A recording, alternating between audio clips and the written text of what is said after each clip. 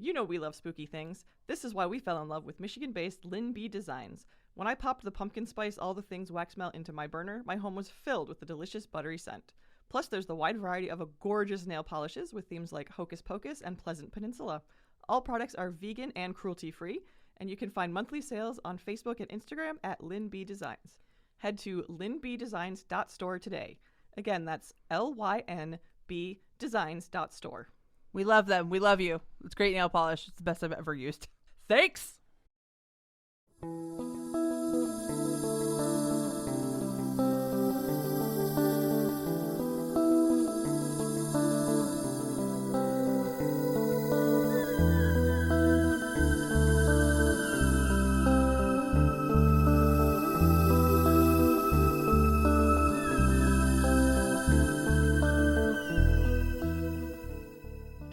Hey, Michigals.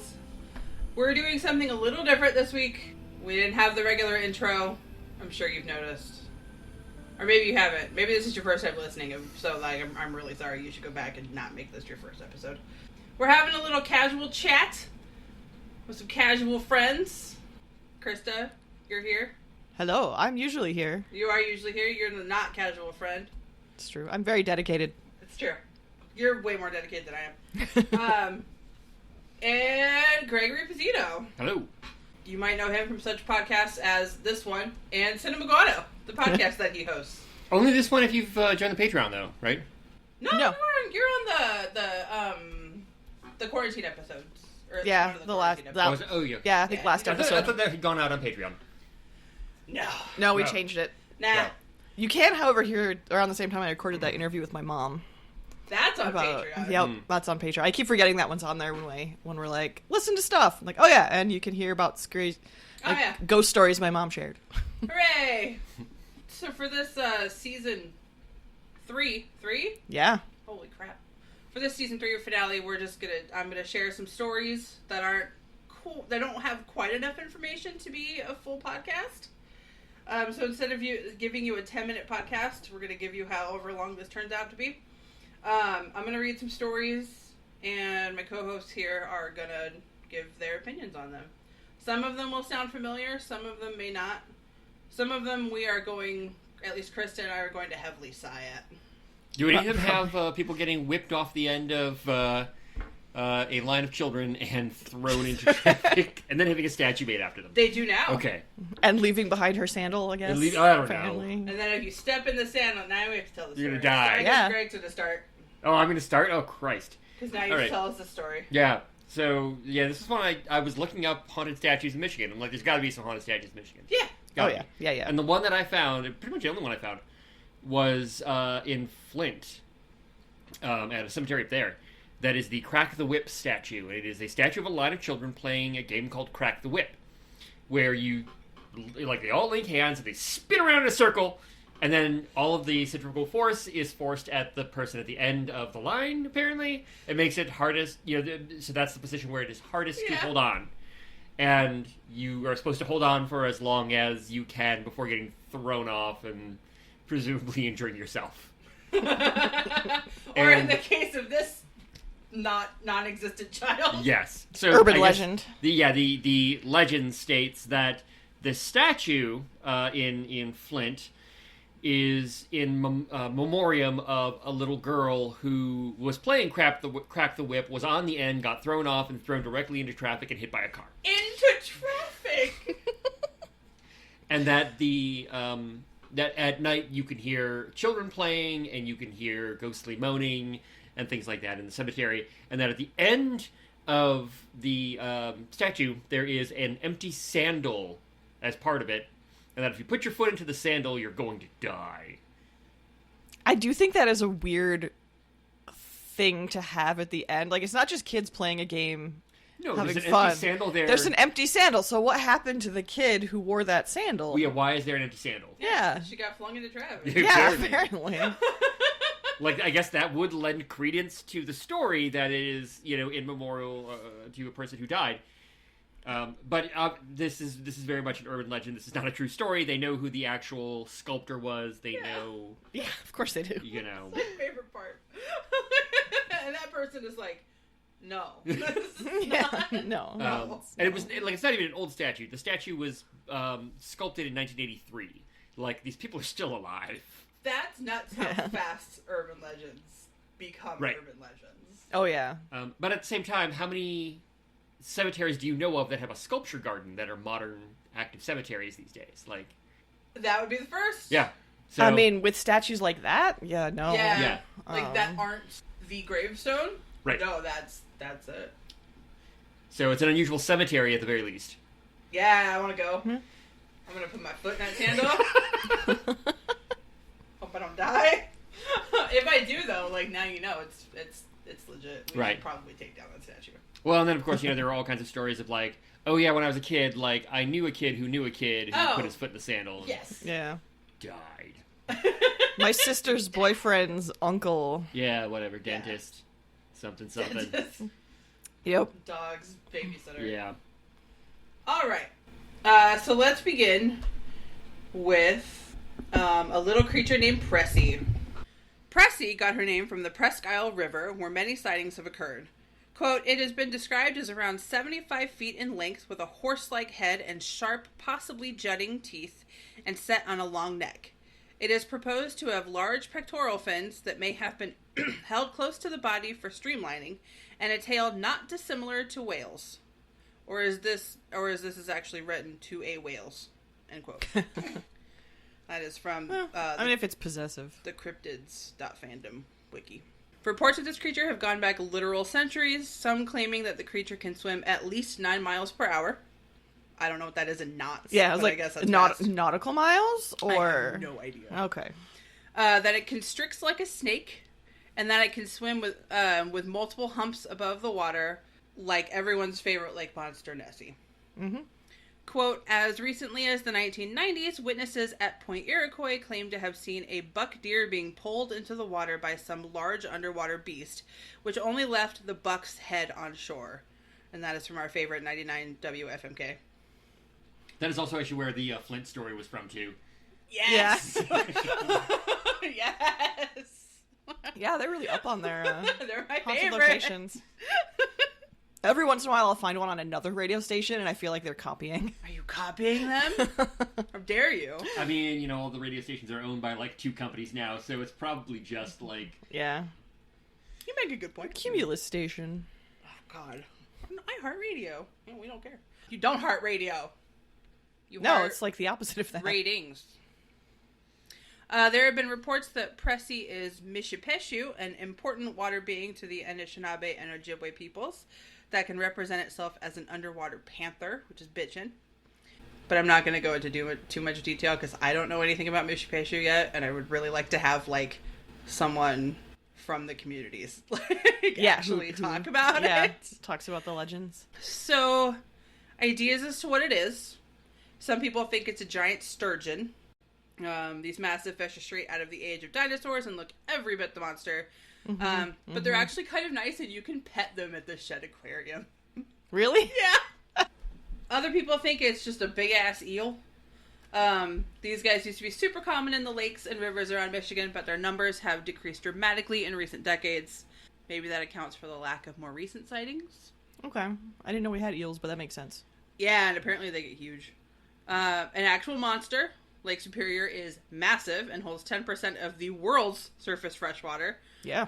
So it might, could something 75 feet long have a surviving population? I don't know. Yeah. I would say so. Well, You know how many ships we got lost in that lake? I mean, that's a good point, I guess, if it's that. And, I looked up the specs for, Lake Superior, and it's really fucking deep as well, but, Yeah. meters means nothing to me as an American, so I was like, I don't really know what that means, but I'm sure it's pretty deep. A quick way to do it is multiply by 3. Yeah.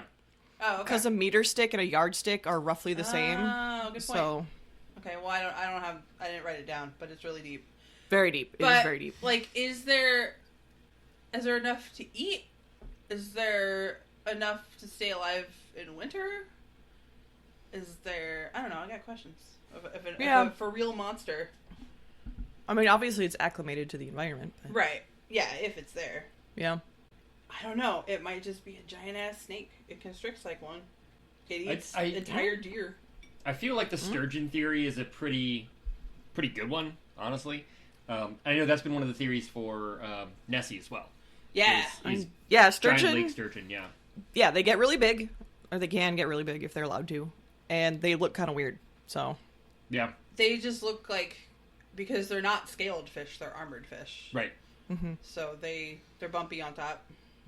yeah, that could. The Could only be. thing with the sturgeon is, like, if you accurately saw it with multiple humps above the water, a sturgeon can't do that. Right. So that either is a misrepresentation or misattribution. Right. Hyperbole. Hyperbole or whatever. Yeah. So that's the only, like, thing that I would rule out as far as sturgeon went. Right. But they are, pretty, like, prehistoric looking. So, Yeah. Oh yeah, absolutely. and I don't like fish in general. Like, I find fish creepy to begin with. So, fair warning. Only the one that you just showed us, the sturtle. Sturtlefish. Sturtle. Yeah. So, Sounds like a Pokemon. So apparently, there was a not entirely intentional hybridization, ended up being the accidental hybrid of offspring that spawned from an attempt to breed the endangered Russian sturgeon, and they artificially fertilized sturgeon eggs with American paddlefish sperm, Oh. and created the sturtlefish. Sounds like sturgeon and turtle. I just I know. I'm like, what? Why would you like something out of Avatar or something. sturtle? Oh, okay. Yeah. I was looking at what a Sturtlefish. paddlefish looks like, and it's Not anything like a Great. sturgeon. to describe this for you, it has got a super long pointy nose.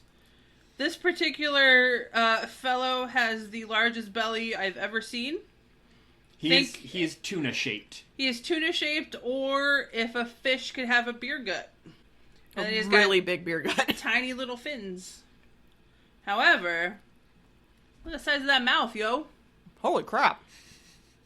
They got the largest of mouths. Looks like good eating, but it definitely looks like a monster. It's, yeah, now I'm like, oh, shoot, is it a paddlefish? I was like, oh, do we have those? Maybe it is a natural occurrence of a sturtle. Like a natural hybridization of two different Right. fish. Oh, That's that'd be possible. cool. I mean, It's its own sturtle. Yeah, going to, a very, like, hard science definition of a cryptid. Right. Yeah. Yeah. It Yeah, may yeah. just be the offspring of two unrelated fish that were able to breed. Yeah? Mm-hmm. Who knows? So now we have another lake monster, this one of Torch Lake. Quote, one of the tales states the monster is called a sea panther, which we already have learned could be a Mishipashu, Yep. with a lizard's body and the head of a cat or a mountain lion. I don't know how that makes it a sea panther. That's right. Well, a mountain lion is also called a panther. Right, I was thinking more the lizard body. Oh, no. The sea part. A song was written with lyrics that say the monster has one brown eye, one blue eye, and slimy green skin. The creature is said to live at the very bottom of the deepest part of the lake and rises to the surface at night, searching for late-night boaters or fishermen, swimmers, and campers to chase away from his lair or possibly devour, end quote. And that is also from 99 WFMK. I may have scoured this. Quote, Dave Foley, a counselor at the camp in the 1960s and 70s, takes credit for starting the myth, which was later popularized in a song by fellow counselor and folk musician Bob Thurston. Wait, Dave Foley, like the Kids in the Hall guy? I don't think so. I don't think so, but thank you for making me realize where I knew that name from. Yeah, in my head, I was was like, like, Dave was Foley. like not the Canadian comedian. I don't know. I mean, we're very close to Canada, so Now I'm picturing him as a camp counselor, and I'm delighted. And that comes from an article from Michigan.org. I love when this stuff is on Michigan.org. I know. That's where I found a bunch Love of this it. stuff because I was like, all right, whatever gets people to the touristy places, I guess. Sure, yeah. Whatever gets them to Torch Lake. Where is Torch Lake? It is a little bit southeast of Traverse City. Okay, that's why I know it. Yeah. So it's And like it's mid-Michigan, absolutely yeah. gorgeous. They call it the Caribbean of the Midwest. Amazing. Yeah. We need to go. God, I want to go. Worst sandals resort ever. What, because of the monster? Or because it's a sandals. Look, calm me. The theories for this are, again, that it's Mishipishu, or that it's a muskie, which is another giant fish. Yep. That is native to Michigan. And people just are mistaking that for what it is. For People who, like, aren't fisher folk. Yeah. People like me who look at it and go, oh my god, what the hell is that? Yep. You know. And I imagine, like, having aquatic wildlife like that, has largely to do with the depth of our lakes. Like, Yes. especially Lake Superior, which is extremely deep. Mm-hmm. For sure. Things like that can breed, larger fish like that, or more kind of prehistoric looking fish. Right, it's that all take about up more resources. sustaining a population, right? Yeah, so it it's can breed there because it's deeper. Right, so it's that one of the arguments against Nessie is like, well, a loch is not big, and like that loch is not big enough to sustain. Right. Right, there's something not of a food that source. size. Yeah. But yeah, our lakes are pretty freaking big. Turned out. Thank you, glaciers. All right, now I'm pulling out my weird Michigan book that I realize we haven't used quite enough. We on really the podcast. haven't. For having it introduced us to a lot of things. Yeah, and then we kind of moved on. But yeah. I'm like, oh, there's good information in here. Shit. Man, remember when those guys had a TV show? Yes, and it was great. I loved No, it. I don't. Yeah, my they God, had a they're TV show show. on the Learning Channel or Discovery Channel, something like that. The only downside is they went to go and Travel. visit Joe Arpaio in one episode, and we're all over him. Oh, I don't remember that episode. Yeah. Oh, Was it just called Weird? Weird US. Weird U.S., Okay. yeah, I think was what it was, yeah. All right, Krista, this one's for you. The Witch of Seven Gables Lane. Oh wait, I think I might know this Do one. you know this one?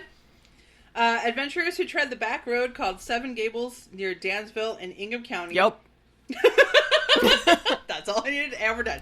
Close the Oh book, my god, and it's over. Dansville. We can do like an episode on the place is messed up. Oh no. So many stories about that. All right. I think that's where are either of you familiar with The Burning Bed? It was a movie from like the 70s or something. No. That happened in Dansville. Yes, I am. think because I told you about it. I was gonna say you probably are, but I don't. I forget who was in it. Some famous woman, like Farrah Fawcett or something. I don't Oh, remember. okay. I don't know. But yeah, that was based on a real story from Dansville. Oh wow. Okay. Yeah, Dansville, for being a tiny little town, has a wacko history. It just told Farrah me Fawcett. like nice. Woo! I remembered an actress. I'm so proud of you. Now do that on our movie show. No. Well, I mean, I recognize the downtown guy. So this is the Witch of Seven Gables Lane. Adventurers still sniff the air to see if they can smell the acrid, burnt flesh of the witch who supposedly lived there in years past. As the legend goes, local marauders locked the woman in her house, which was then set on fire. She perished in the flames, but the stories say she remains to wreak vengeance on those who still dare to venture near her property. Local marauders. Local marauders. I'll have to see if this is actually in the That's it. doc because she's in so many books I've read. It might be in the doc. Yeah, We there's, just haven't like, gotten there yet. Some but- weird stuff has gone down with her. In fact, one of the books I read, it was an actual paranormal team went to investigate, and they had some weird shit happen to them. Oh shit! But still, hashtag not a witch. Right, Because because the story's so bogus. Yeah. No details are given. Who the marauders are. Right. Why this woman was Well, burned alive in her if you're a house. marauder, you got to stay anonymous. That's How marauding works. It's like make rule it- one. Make a good point. But why was she a witch? What did she do? Did she just live by herself as an old lady? Assigned female at birth. Oh shit. Possibly had pockets. I don't know. Oh god. Are you looking it up now? Let's see if Yeah, because she's in her. it's connected to something else too. Yeah, we could do a whole thing on Dansville. There will be a thing on Dansville. It'll be like dinky little towns with creep out histories. Right? Dansville burned down 4 times or some ridiculous thing my like God. that. After twice, it's a sign to not build there. Yeah, just don't do it. That was the universe going, hey idiots, don't do this. I can't talk about the burning bed if anyone is wondering about the burning bed. Or Greg can read the summary of the movie. I was gonna say the movie or the actual incident? And I remember because I think my mom watched it on TV or something. Like it was on Lifetime or I don't know, USA or Right. Some daytime movie. It was the burning bed. That sounds. Now I'm just thinking about that Midnight Oil song. I mean, It is literal. It turns out it's not a metaphor. Oh, the It bed is literal. actually burning. yes, yeah. Oh, Mm-hmm. where's the burning bed? An abused and battered wife. I'm reading this off of IMDb. An abused and battered wife has had enough of husband beating up on her. Come on, grammar. An abused and battered wife has had enough of her husband beating up on her. Everywhere she turns for help, there's not much anyone will do. After he rapes her one night, she sets the bed on fire with him in it, asleep. Yeah. Nice. Yeah. There's a Florence and the Machine song like that.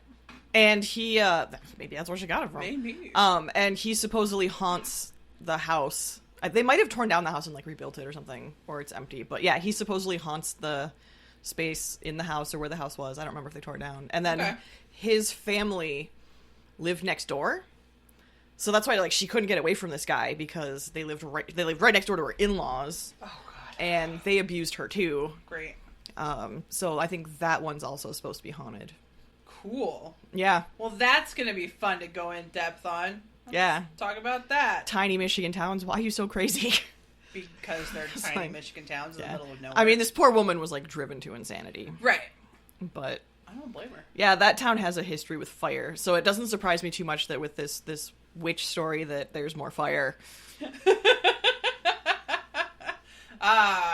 Dansville and fire. They go together like Dansville and fire. Yeah. I'd be interested to see if, like, Dansville has a history of, like, reported, like, elemental spirits and things. Oh, that'd be cool. That might explain all the fire. 'Cause, Right. Yeah. I mean, I know woods and Sure. fire and, old-timey days, but... Right, you build your shit out of wood, But- it's gonna catch on fire. But it burned down an awful lot, it Yeah. seems.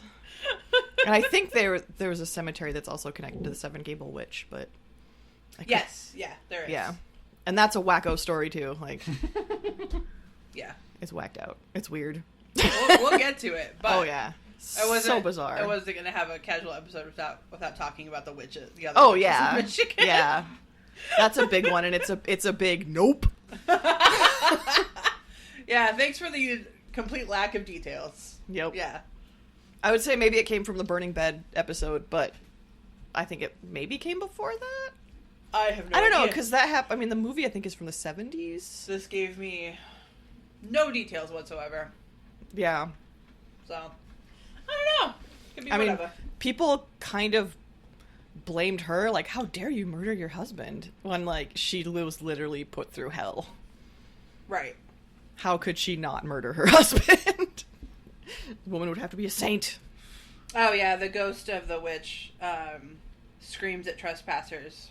And the scream means instant doom to its hearers if the premises aren't cleared immediately.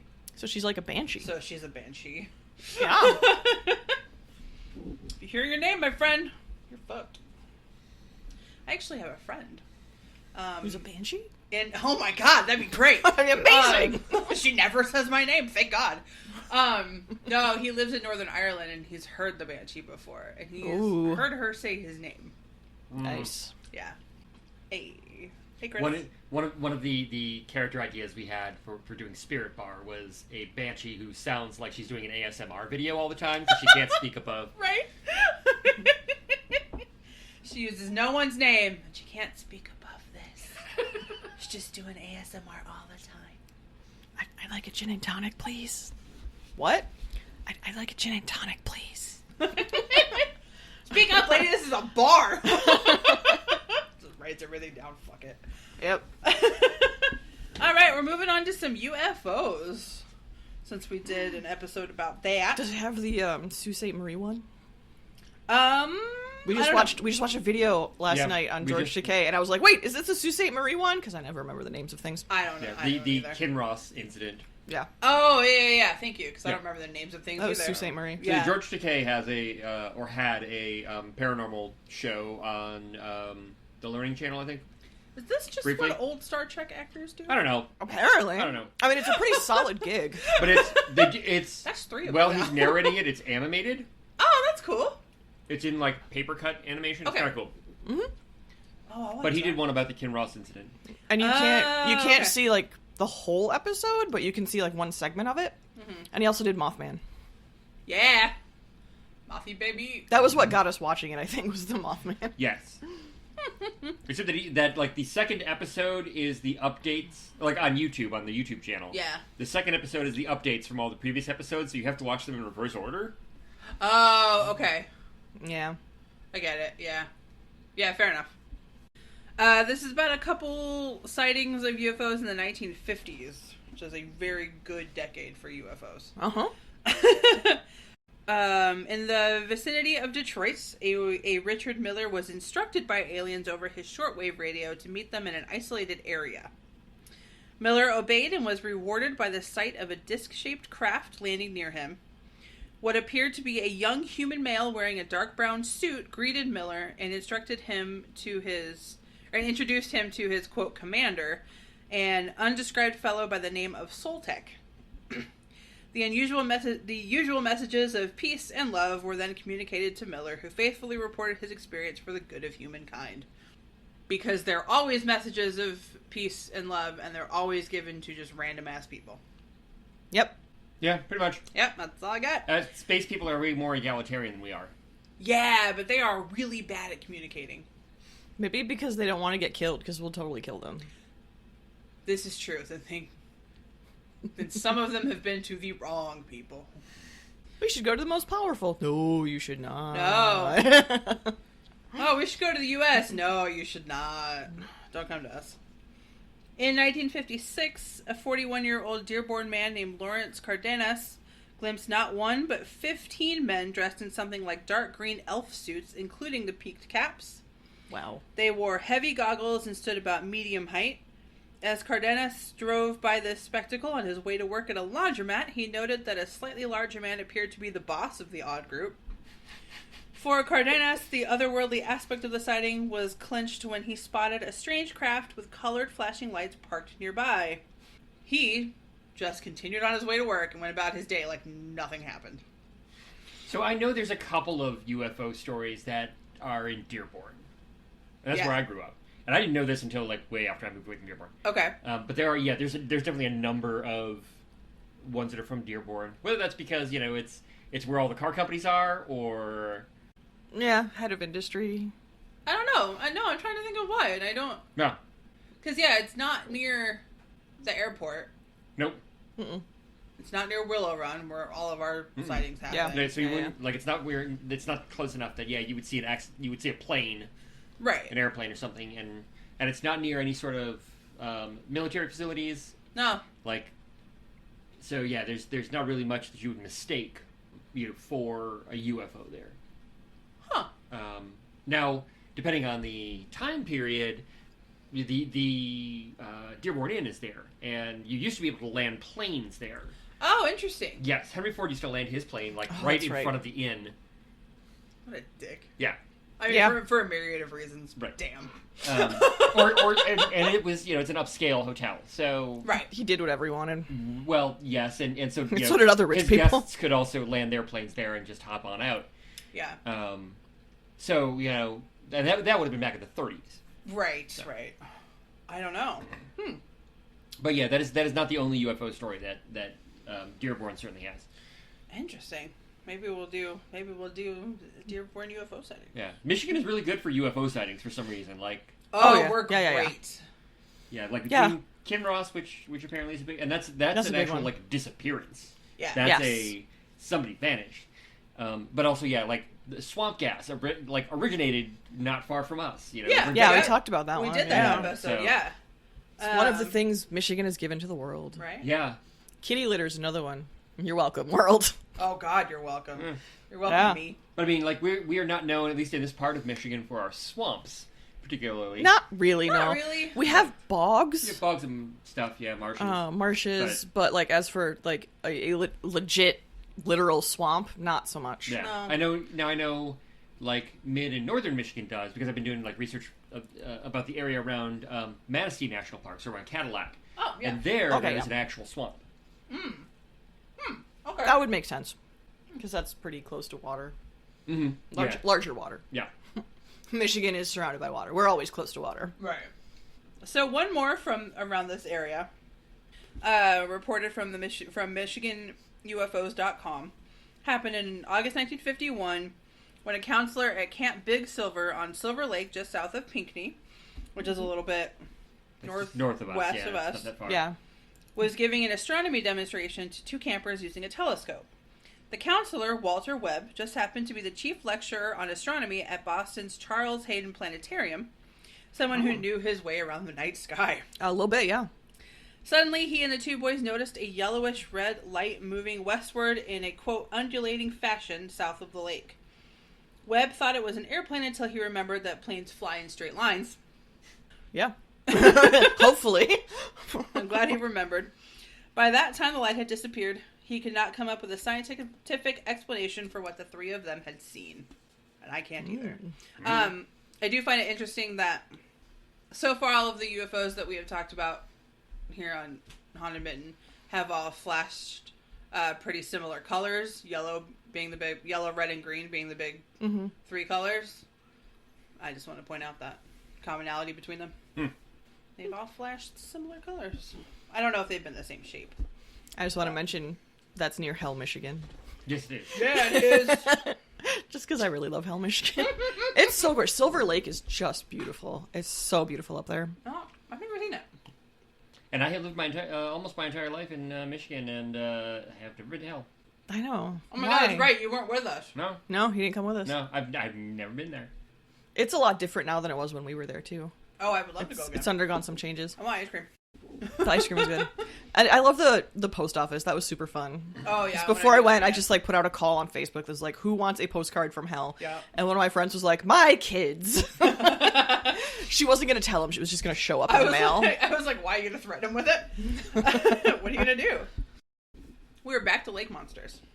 Woo! Michigan we has so many lake monsters. We got so many damn we lakes. do. This is the Lake Leelanau monster.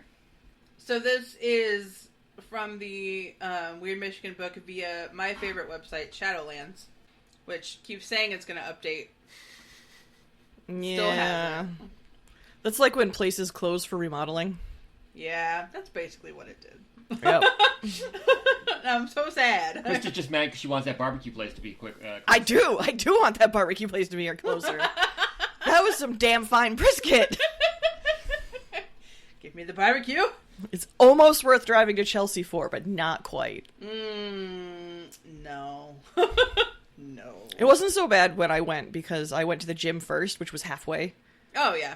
It's only Right. 15 minutes from the gym. Right. You're like, well, if I'm But already there. the gym is 15 minutes from my house. Right. So, Yeah, that's fine. yeah. Or I could drive to Saline if they would just reopen. Please. It's on Michigan Ave. It's right over there. It's like a straight shot from the house. We want the barbecue. This was sent in by a reader whose great-grandfather was the witness. The boy at the time was fishing for perch one day in 1910 in the shallows of Lake Leelanau, which is in Leelanau County. No way.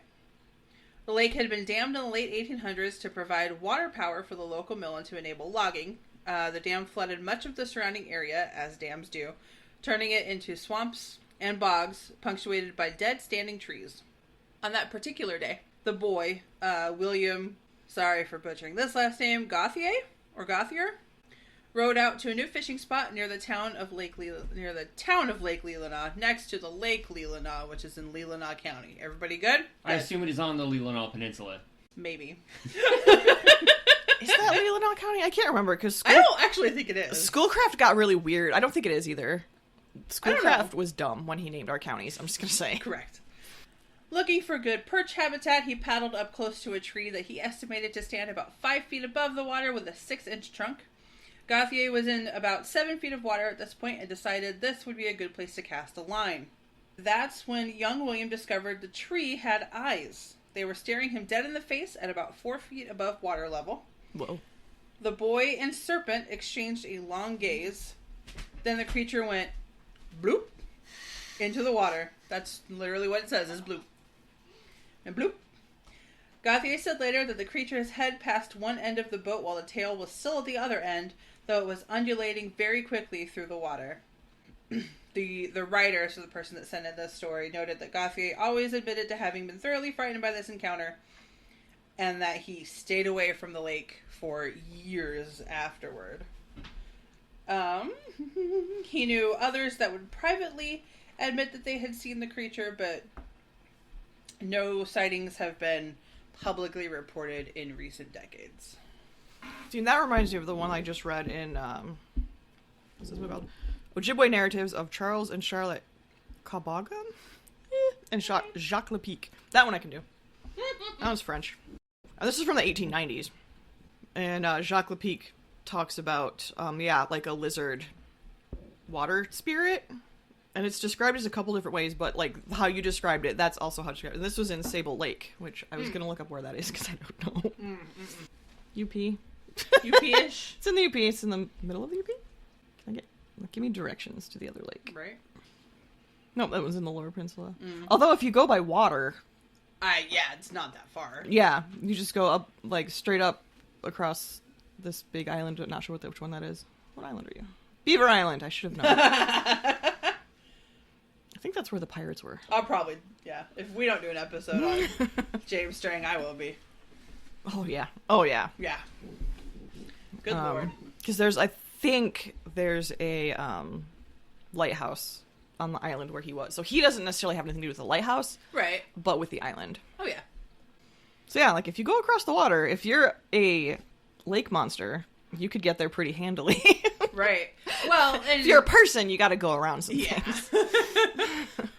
And, you know, like, Lake Michigan and Lake Huron are, like, technically the same body of water. So there could definitely, you could get all around the state of Michigan, basically. Oh, yeah. However fast you wanted to if you're in the water, so... Yeah. Or if you're a ghost pirate. Or if you're a ghost yeah, pirate. Absolutely. Or a monster sea snake. Yeah, and in this, they suggest they are the Pukwudginini. Oh, Pukwudgie. Yeah. Well, yeah, that's what we call them, the Pukwudgie. But in this, it's Pukwudginini. Okay. Okay. He spells things phonetically, so it's Pukwudginini. Okay. And then in the notes at the bottom, it mentions Schoolcraft, whose wife was Ojibwe. So that's why a lot of our counties are either actual native names or native sounding, because he just was really obsessed with native languages. And I think Leelanau was Schoolcraft's wife's pen name. Oh, okay. I think. All right. That's kind of nice. So no one's really sure if that's actually a native name or not, because Well. she might have been half native, but she at least was of the Ojibwe tribe. Okay. And so it could be native, and it's just like her name, and we don't know what it means. Fair enough. But he just calls them, Schoolcraft calls them Pukwudginini. So similar Okay. but different. But yeah, the Pukwudgie is what I usually hear. Yeah. And those are the ones associated with Mackinac Island. Right. I Which had is no idea that those were associated with north. Mackinac Island. Really? Yeah. Yeah. Which are also very, which would also be super close to the lakes. Right. So that's interesting that we have multiple, and this is from, like I said, the 1890s. Yeah. He's telling this story. And this is when he's like, oh, back when I was adventuring. So it's actually closer to like maybe the mid 1800s. Right. Maybe. Because he was an old man when he told these stories. Right. So. I wonder then, I guess it could also be, if we're, the Leelanau monster, it also sounds like it could be a giant eel. Yeah. I don't know what's doing in the tree, but whatever. It's doing its eel business. Eels are wild, man. Not NPR, Radio Lab. Yeah, Radio Lab, like last year, a few years ago, did a segment on eels. And I learned so much about eels, and they are just weird alien creatures. Well, you have to you used to have to deal with the eel. Oh, our eel at the Snowflake. library, Snowflake. Yeah. Aww. Also occasionally called Todd. Yeah. I love him. He got traumatized because he accidentally flew out of the tank. Well, it'll happen. And he got scooped up in a child's shopping basket and tossed back in. And then he hid for days. But yeah, they describe them as great serpents, is one of the ways they describe them. Or I think it's serpents with legs. Okay, fair enough. Yeah, because they leave footprints. Apparently you would see them around the lake. Oh, okay. And occasionally the water of the lake would like retreat, and that was when the creatures left. They took the water with them. Oh, okay. So they're like tidal. If the water was low, then you didn't want to go in the lake because you didn't know how fast it was going to rush back. Okay. So if you ever were by the lake and you saw that it was low, don't fucking go in there. Got it. Was what they were warning him about. You got it, friend. But I think it mentions in here that the lake was mostly gone because it had something to do with being close to Lake Superior. Oh, did it just get like sucked back into Yeah, I think so. Lake Superior? Lake Superior was Yeah. like, oh, water's escaping me? No. Now for a good many years, the lake has been very small, having broken through the sand and run off into Lake Superior. Okay. And then he says the Indians think that the reason that the serpents have gone away is that they do not like the whites, whom the serpents believe to be as strong as themselves. Oh, shit. Mm. So we get a white dude who's full of himself, like any white dude. No offense, Greg. And a Pukwudginini? Yes. Excellent. To duke it out. Is what you're saying? That would be awesome. And we see who really proves stronger? Yeah. I know what my money's Now they on. say they're as powerful as Michiganabig, which is not how it's spelled anymore. I don't remember who that is. I don't Because know. he was just spelling these things phonetically, and that's not how we spell things now. Because Right. we actually have a form and a function to how we translate that into our alphabet. Right. But it's a cool book. I haven't gotten very far at all. It's like one of the only things I've read was about the water serpents, but No, Yeah. that's relevant that's to what we're interesting. talking Yeah, about. and the fact that this is from the 1890s, Right. and he's speaking about his experiences from like maybe the 1870s. Right. And this 1860s. was, what did I just say, like 1910 Yeah. or something? Yeah, Right. so maybe knows? they were real. I mean, it could be an animal that's since gone extinct too. Oh, sure. And we just don't have, like, accurate historical record of it. Right. I don't know. I mean, History people. We also did a shit ton of polluting of the water between then and now, so... That is extremely We true. also did that, so we probably killed a bunch of stuff we didn't know existed. Yep. Hooray! Mining Thanks, is white not a clean business. Mining Turns is out, no. disgusting. Mining, logging, paper making, Yep. All the things we're good automotive at. manufacturing. Yep. Oh my god, it's all horrible. Yeah, that's why. I mean, we set our lake on fire at one time.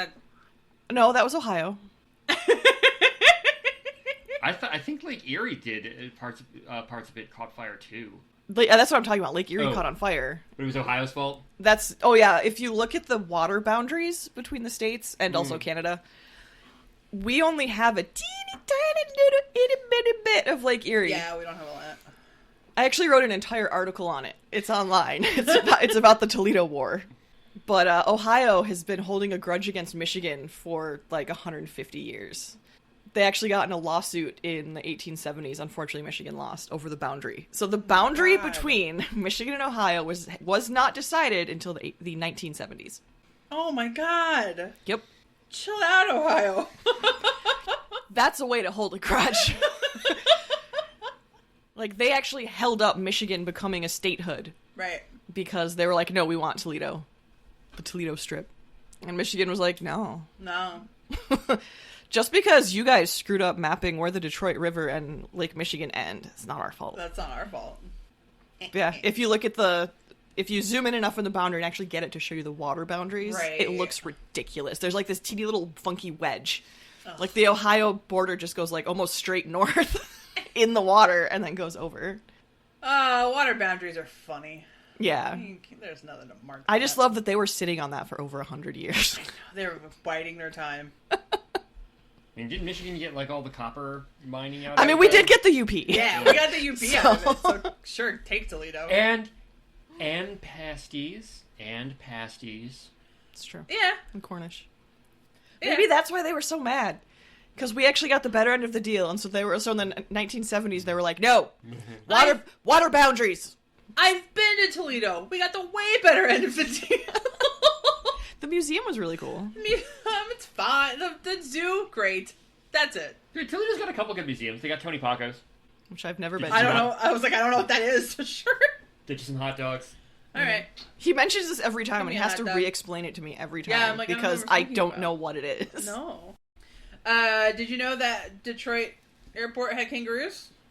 I have heard that story, I feel like I yes. have heard this story. I don't remember.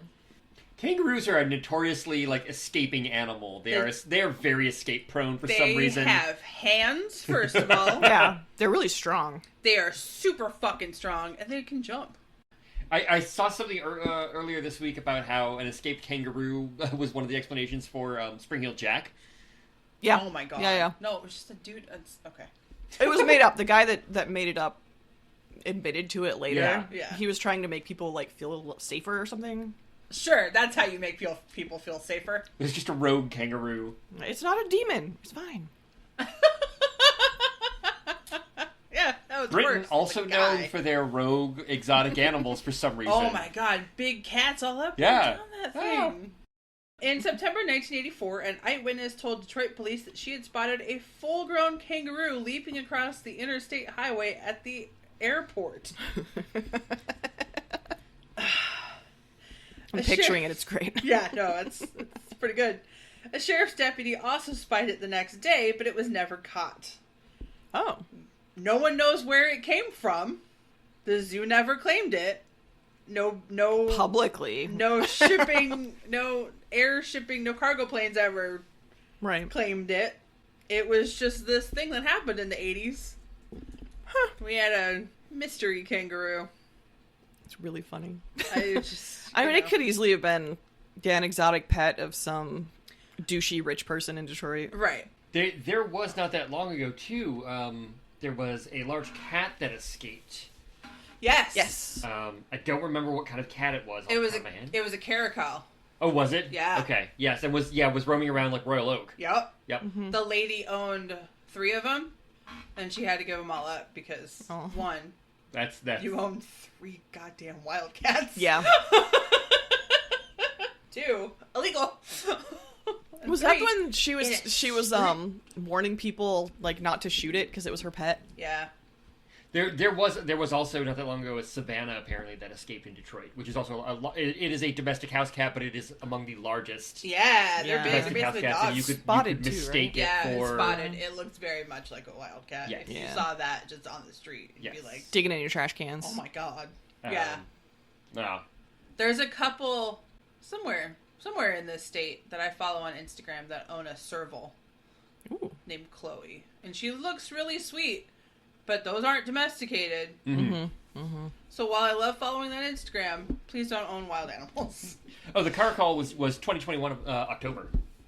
Yeah. was that it was like, recent? it was Oh, pretty recent. gosh. I didn't think it was that recent. Yeah. Maybe I'm thinking of something else. I think there was another one before that, about probably 5 to 8 years ago. That's what I was Is there thinking. another one before Oh, yeah. that? And I think Wildcats, yeah, domesticated or not, often go free in the Detroit suburbs. I I do not know why this is. Guys, stop owning wild animals. Because I remember in college stories of that. yes. Oh my god. And there was the liger, apparently, that was loose in the suburbs. I don't know if that was actually true, if that's just what people decided it was because of that movie, but Oh, maybe. Because that's pretty fucking big. I mean, there are some extremely wealthy people in the suburbs of Detroit, in the Detroit area. That's true. People kind of forget that there are some Oh, I filthy, forget. filthy rich people. I totally forget. Filthy rich. Descendants of Ford and, Yeah, that's true. those yeah, I guys. guess all the old families. Yeah. Yeah, they're still there, Yeah. I guess they still exist. Yeah, that's running true. for office. Great. Cool. That's what we need, old rich people to run for office. Yeah. And last but not least, we have the Silverbrook Witch. I don't know if I know this one. This is in Niles, in a cemetery called Silverbrook. No way. A witch is said to be buried there, although the location of her grave is unknown, which is a good thing because we know what happens when people think Yeah. they know where the grave of the witch is. Mm-hmm.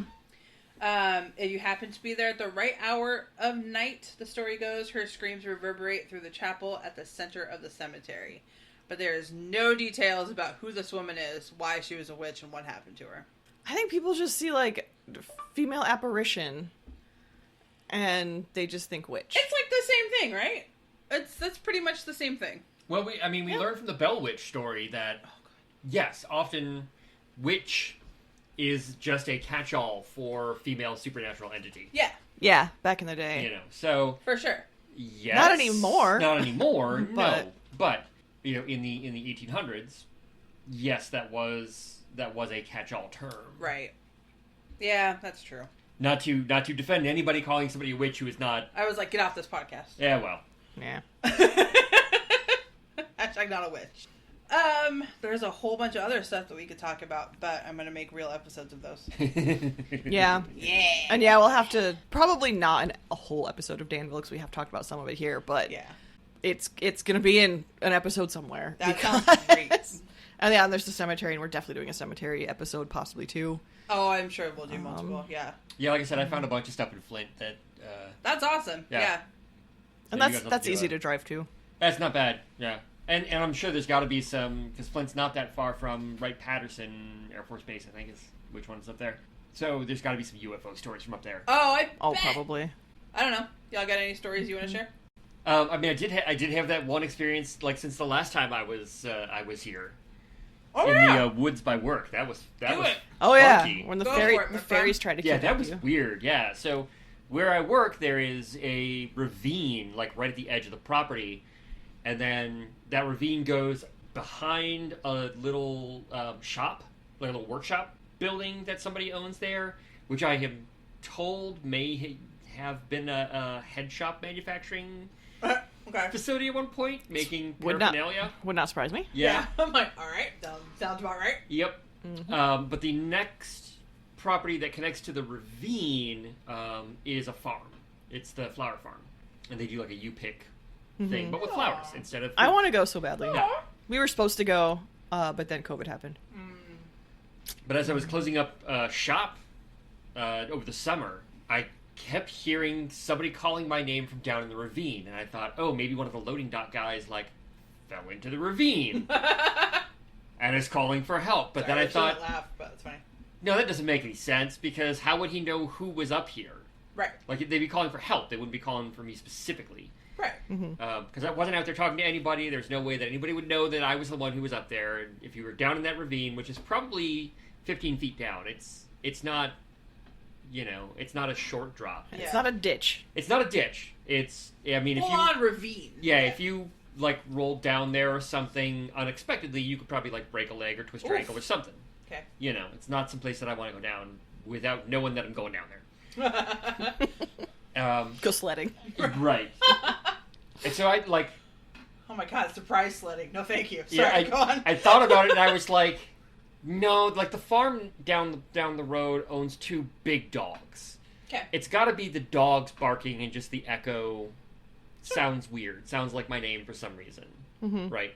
So I tell this story to one of my coworkers and he said, I had a weird experience over there the other day. I had to go down in the ravine because we're off the city water. So we have a, Well, we have a well, and then I forget what the where the sewage goes and stuff.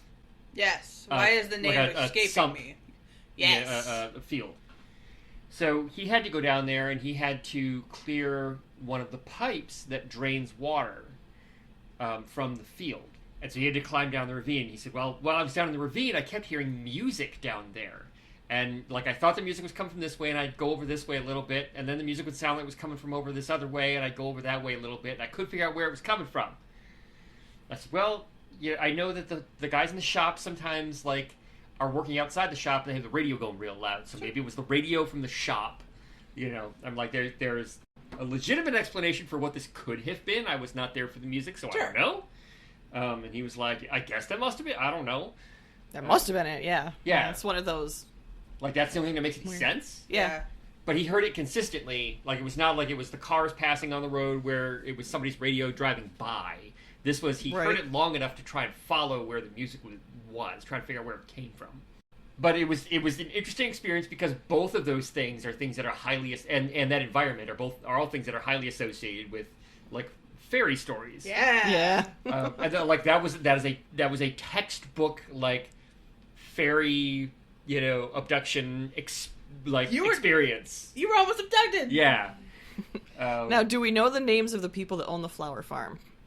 Not off the top of my Oh, I was head. like, yes. 'Cause One that- of them, Greg. That's what my thought was. That's a good point. I can't remember. I should know her name, but I can't think of her now. Yeah, I don't know. But I don't know her husband's Yeah, name. I don't know if she's mentioned it on her social media or nothing. Yeah.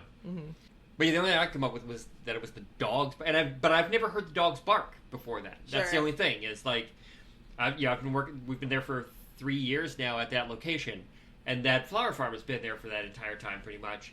And I have never heard those dogs bark. Interesting. So, but it was the only logical explanation because there's no other, like, the neighbors in between there don't have animals. I don't know. Or it was literally someone calling your name, but it wasn't for you. It was just Or happened it to was be your somebody name. else. Yeah. Yeah. Or they were yelling Craig. Or so yeah. Whatever it happened to be. Yeah. Or it was fairies. Yeah. It's really funny because that is pretty classic fairy. Like that was Yeah. like I'm like What's no, that? this is like 100% between the two of us, like a Right. Yeah. Music coming from nowhere, and then like, come Super on, funny Greg. Yeah. Come down in the ravine, Greg. so yeah, I don't know. Make of that what you will, but that was that was a weird experience. For real. And it was something where like I didn't think about it until after the fact that oh Oh, wait. Like, thank goodness I have self-preservation. exactly. Good life choices. All right. Now there's me who's like, my name? Okay. Yeah. That's how probably. Kimmy ended up in a ravine. Calling Greg's name. Because I fell in the ravine. Yeah. Oh, no. I definitely would go to investigate, but I also don't like it when things know my name. So, Oh, I don't like that, yeah. I'm not a huge fan of things knowing my name. and there's so many ghost stories. Like, there's just so much to tear apart there I in know. a lot of these stories. Some of them, like I don't know, I got nothing. Especially like the UFO stories and disappearances and things like that. Yeah. I just love the UFO ones because there seems to be so many commonalities between them. And then, like, Michigan is just flooded Yeah, with it's for some UFOs. reason a UFO hotspot. Yeah. Yeah. And what was it? The something Ross something. Kim Ross. Kim Yeah. Ross. Kim Ross incident. Yeah, that one I found really fascinating because they could see it on the radar, but they couldn't see it. Right. Right. And like the pilot keeps going like, "Where is it? Where is it?" And they're like, "It's right on top of you." Like, He's like, your two "No, blips, it's not." your two blips have become one. Yeah. Well, it's kind of the opposite of that one in Australia, where like he could see it and they couldn't see it. Oh, yeah. And again, the guy disappeared. He kept saying that, no, I see, there's a silver craft that's above me. Is there any military craft that's supposed to be here? And they're like, Right. there's nothing there. Yeah, He disappeared too, and they've never found that wreckage either. and this was right on the border of the U.S. and Canada, so like the Canadian authorities got involved as well in the Yeah. search and so forth. Yeah, so. and the U.S. kept insisting, oh, well, it was a Canadian military plane that we let fly over. And Canada's like, we didn't have any plane flying over. What yeah, are you talking about? Canada was like, No? no, it wasn't. We didn't do that. Apparently the U.S. has tried to claim that multiple times, and Canada keeps going, no. Yeah, That sounds about right. And then what was the other bit of that story? Oh, there was a company that claimed years later they had found the wreckage in the lake and yeah. tried to get money to go and like retrieve the wreckage and made a whole big media thing about it, and then just disappeared. And all like their website disappeared. Like any information about this company ever having existed, just gone. CIA got to him. I don't know. Was it a scam? Was it? Yeah, were they just was trying it, to scam money out of people? Right. or were they trying to kind of go, look, see, it crashed. It's fine. It's not mysterious at all. It's crashed. Right. End of story. Right. Or were they trying to force somebody's hand by saying, "Oh yeah, we found it," and whoever, like somebody who knew Yeah. where this plane was. Is I don't like, know. What the hell are they talking about? Right. No, you didn't find it because Oh. Yeah. That was interesting. See what you did there? So yeah, what happened to this company? Oh. Yeah. Which do you find more convincing, when they can see it and the radar can't, or if the radar can see it and the pilot can't? Shit. When the pilot can see it, but the radar can't. Yeah, like the pilot can see it, but the radar can't. Gotta get eyes on it. Versus the radar can see it, but the pilot can't. Yeah. Gotta get eyes on it for real. I feel The like pilot. the radar is more convincing because people can hallucinate. True. But radar I don't think is likely to hallucinate. Well, I feel like I would trust radar asked it. over something like a camera. Because I can have all kinds of different lens flare and Sure. Right. camera malfunctions and things. But a radar is just bouncing sound off of something. True. Mm-hmm. And if it's bouncing sound off of something, there's got to be something physical There's something to there. reflect the sound For off it to of. reflect the sound Right. off of. And if they're seeing two different signals that are bouncing sound off, off of, there's got to be something physically there. Right. Now that's if you believe in the like nuts and bolts, UFO idea, assuming that that's a thing. Oh, sure. Mm-hmm. If UFOs are not nuts and bolts and they're not physical objects that you can reach out and touch and Right. manipulate, then yeah, maybe radar doesn't bounce off of them, and you can you see with the naked eye when you can't see with the radar. So I could go either way, Yeah. 'Cause they depending they on be which stealth. UFO theory you want to go with. Crap on both. Yeah. Because I think UFOs can be both. Or do they have like, different levels of physicality Now that that they would may be able cool. to take? Yeah. Right. That would If be it's cool. something that is, say, like extra dimensional, and they're trying Right. to like pierce into, our dimensional space, then is it something that they have to do gradually? They can't do fully all at one time, and so the times when it appears to be a thing that is not physical necessarily, is it only partially manifested? And that, okay. If it is able to fully enter our dimensional space, then Yeah. it looks like a nuts and bolts UFO, Right. and can be picked up on radar and what have you. Yeah. So that that's a possibility. That it's all those things. Ufology was never my subject, so It sounds like it is. You're doing pretty damn well. Yeah, I hadn't heard of that theory before, but Yeah. I haven't looked at UFOs in probably like, 30 years. I know one of the prevailing theories now is that it is not a nuts and bolts thing. It Correct. is It's a lot more abstract. abstract. Like ultra terrestrial is now a really big word rather Right. than like extraterrestrial, because it's not from this plane of existence essentially. Does So they're not aliens in our traditional understanding of aliens. Yeah, coming they're not another from, like, planet. They're not from like a planet that we can see in space. Yeah. They're from a completely other realm, other dimension. Other dimension, other universe. Yeah. now does Michigan have any cases that you know of USOs? We actually, yes. I'm like, we got all that damn water. We have a Yeah. lot of water. Yeah. Sometime, maybe in season 4, we'll talk about the Lake Michigan Triangle. Which I've flown through. And survived. Yeah. Yeah, it was like the day before or something, a plane had, I don't know if they'd gone down or they had to turn around or something. Something went wrong with the plane. And I was like, and we're flying through that today. Fantastic. Can't wait. Hey, you're here. It's true. It's fine.